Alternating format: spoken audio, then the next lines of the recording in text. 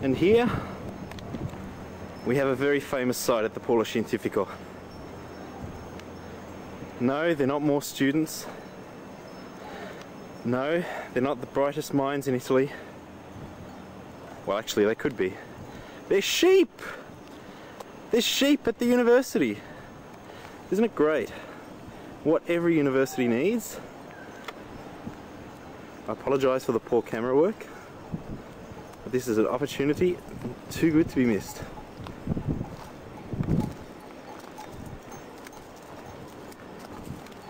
Here we have a very sheepish looking man. This is the pecoraio.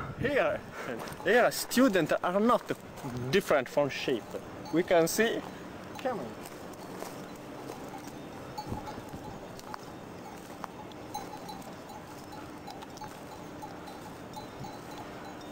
It's a nice looking girl there. Nice People backside. here like sheep. When you try to contact him, he say, go away. Just like Italian women, they run away at the first sight of a foreigner.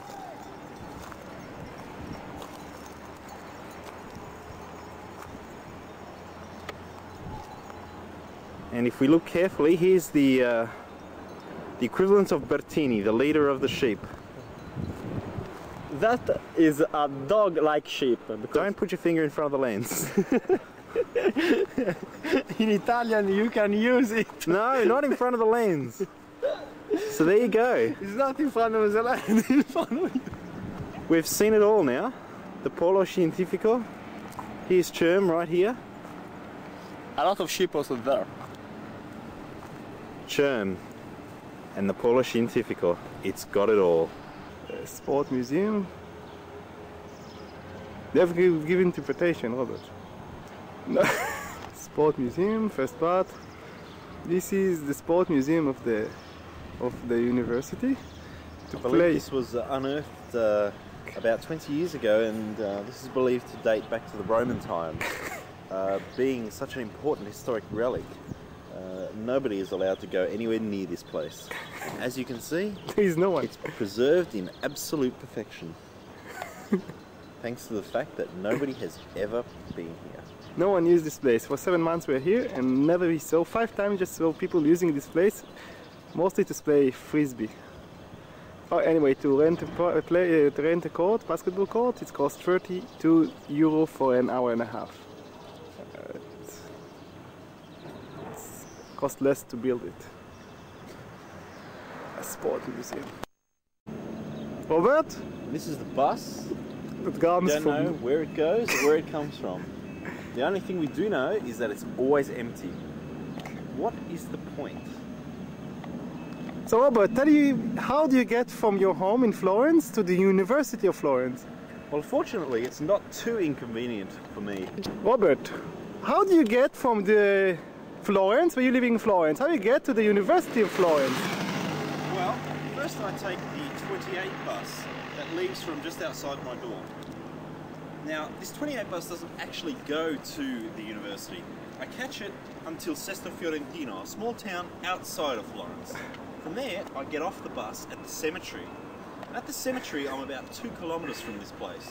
Now, rather than the 28 actually coming the whole way here, they think it's more, I don't know, a much better idea to leave me 2 kilometers away.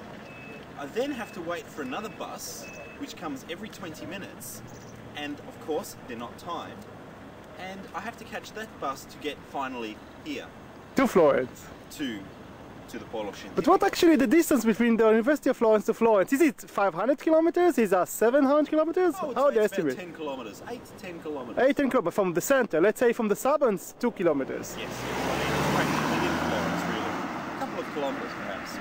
Now, the problem I have is that, of course, the connection is very poor. So, invariably, I arrive from the 28 to the cemetery, and I've just missed the connecting bus. So I can either wait 20 minutes to catch the next bus that comes here, but of course I'm only 2 kilometers, so I may as well walk. I can cover 2 kilometers in 20 minutes. So what is the point of this bus actually existing?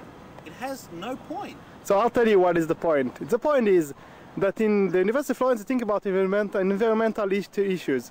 So, as we saw before, the alternative public transportation in Florence, which is the horses, that probably they want to save energy, they want to save pollution. This is the reason. So empty buses going from the cemetery to here is obviously a good idea. Do you know any people that lives in the cemetery of Florence? I know some people that are actually more alive than the people who work in this place. Great, cut. And this is one of the beautiful buildings at the University of Florence. The problem is, it is completely empty, as are many of the buildings here. Take the red building, the yellow building. Oh no, the other building is not the one. So you can see there's many buildings around here that really serve no purpose whatsoever. Here's something else that serves no purpose whatsoever. Allahu Akbar. Yep, this building in the distance here, if I can zoom in. This is the moon base. This is our lovely white tiled creation that I pointed out earlier.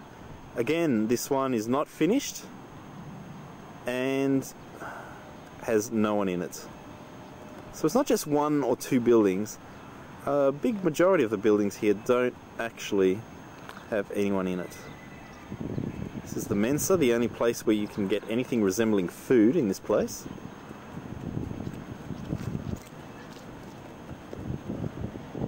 Sport Museum over here. And out here we have the airport. So let's talk about alternative transportation to the University. Yes, believe it or not, the best connection between Florence, well, between anywhere and the Polo Scientifico. And there's the plane! Yes! Oh, there is a god. There is a god. We can just see a plane taking off from the airport now. Yeah. Look at the camera work, people. Oh, there you go. So as you can see, the most direct way of getting in and out of the Polo Scientifico is not by bus or train, it's actually by plane. So this is how I found out how is the easiest way to get into the University of Florence.